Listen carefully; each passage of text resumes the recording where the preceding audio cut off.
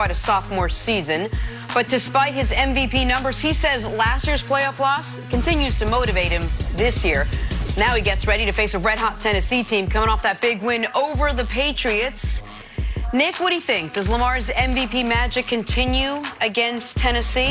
If Lamar's MVP magic continues, if his MVP play, I don't even want to call it magic because I don't want to act like it's not necessarily sustainable. Right. It's make-believe. Like his MVP play, if it continues, the Ravens win the Super Bowl. Like they are deep enough. The defense has been exceptional. They have home field. They're dealing with a few lingering kind of nagging injuries, but no, man, we just lost our starting star corner or whatever for the season due to injury. Hell, the Chiefs just lost their starting safety for the season due to injury. None of those things. And so if this continues, they win it all. What's up, Jenna? Why wouldn't it continue? Well, that's a really good question.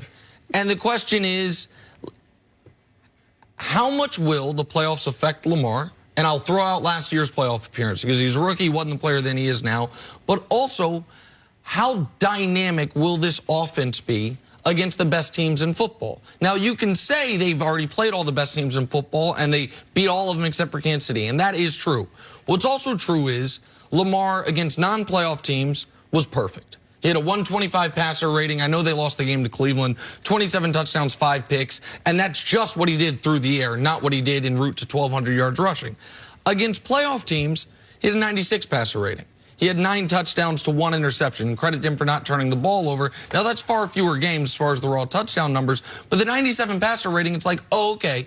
So he's really, really good against playoff competition, and he's unstoppable against bad teams. It reminds me of the Golden State Warriors pre-KD, where it was if you were not a great team, you were drawing dead against them. Mm-hmm. They had too many things to throw at you. No shot. Their scheme was too advanced as far as the shooters. You had no shot. If you were a great team, you were probably going to lose, but you had a real shot. OKC showed that, then Cleveland showed that. That's how I feel about the Ravens and their offense. It's going to take a dynamic game plan. It's going to take great execution. It's going to take a million different things, and you'll have a shot to beat Baltimore, and that is assuming Lamar doesn't have a massive step back in the postseason, which I don't expect him to have. Now, I agree with everything that you said. I don't think that he has to have the magical MVP type of playoff run. Why? Because the team is so good.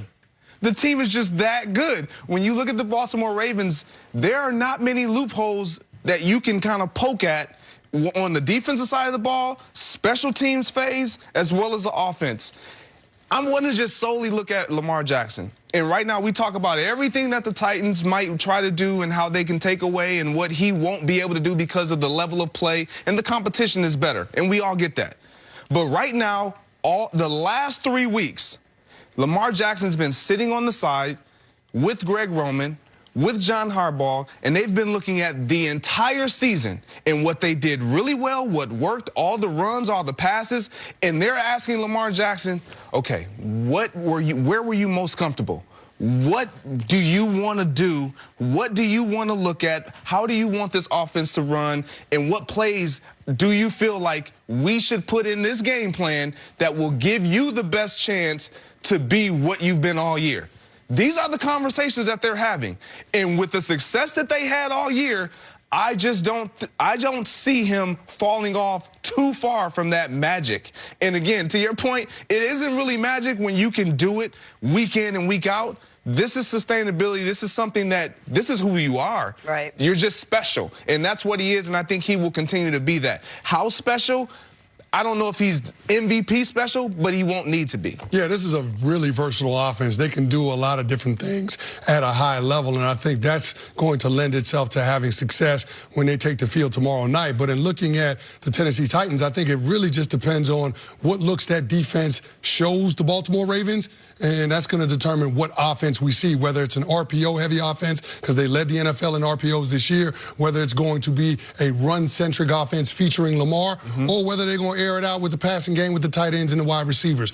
They can play a lot of different games, and they've shown that they can do that really, really well, and it leads to the same thing, which is winning football games. When you look at the two rosters, top to bottom, the Baltimore Ravens are clearly better than the Tennessee Titans. I think it's up to Mike Vrabel and his staff to look at what they do well and how they could potentially exploit some of the things that the Ravens do. Now, offensively, I think Tennessee Titans can get that run game going a little bit because the Baltimore Ravens, under Wink Martindale, their defensive coordinator, they love to blitz. I mean, they blitz more than any other team in the National Football League. And you know when you blitz, sometimes you just don't have that gap discipline, especially in the run game and perimeter runs in particular. So I look at that. If the Ravens aren't gap sound and gap disciplined, that could lead to some big runs by Derrick Henry because as good as that Ravens secondary is, I don't think none of them defensive backs want to see Derrick Henry coming downhill. So that's one of the things to watch. But again, we talked a lot about this matchup this week. I think a lot of how it plays out is going to be determined by the complexion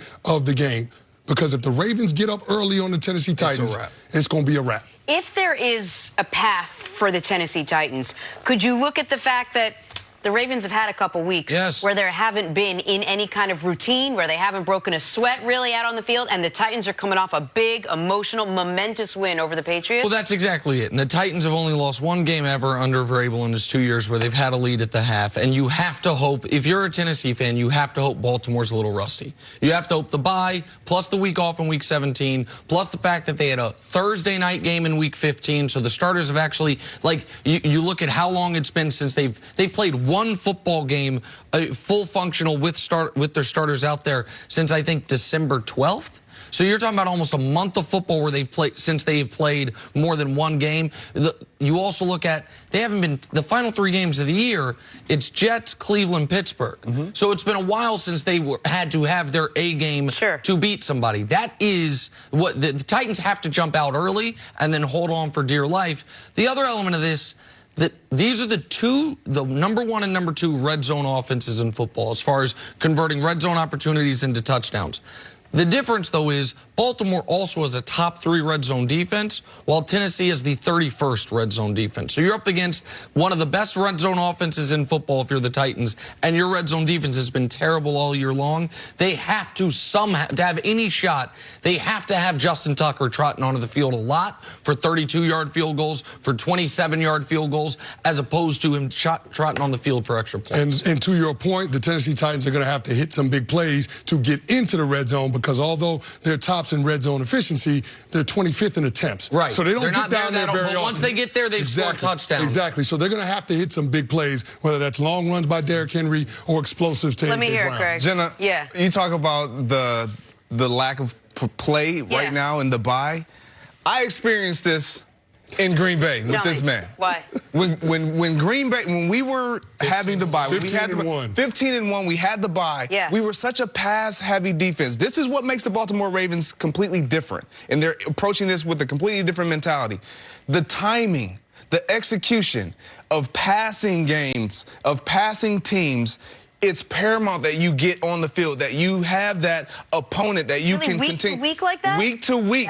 Because it's different when you're going in the passing game. In the running game, which is why I believe they got us. Yeah, because y'all had double-digit drops in that game. We did. It was really bad. It wasn't really their fault. It was your fault. Well, no, the receivers couldn't hang on to the ball. I don't know if that's Aaron. I'm not going to even lie. It was a bad game. But the Baltimore Ravens, they're a heavy run team, and they can beat you in multiple ways and variations. When it comes to the running game, they won't have that I do wonder how much the timing, though, is. You're talking about running teams versus passing teams. The Ravens run such a different type of rushing offense where there is timing on the gives, on the quarterback options, on those things. I wonder if there's a rust factor on that in a way that's different than just a typical drop back, hand the ball off to Derrick Henry type of rush. Yeah, ball handling is definitely going to be a factor in this game because the Ravens essentially run an option rushing attack. So being able to have that misdirection, the dives, the gives, the pulls from Lamar Jackson, that stuff requires a degree of timing too, so that's something to watch. All right, let's break there.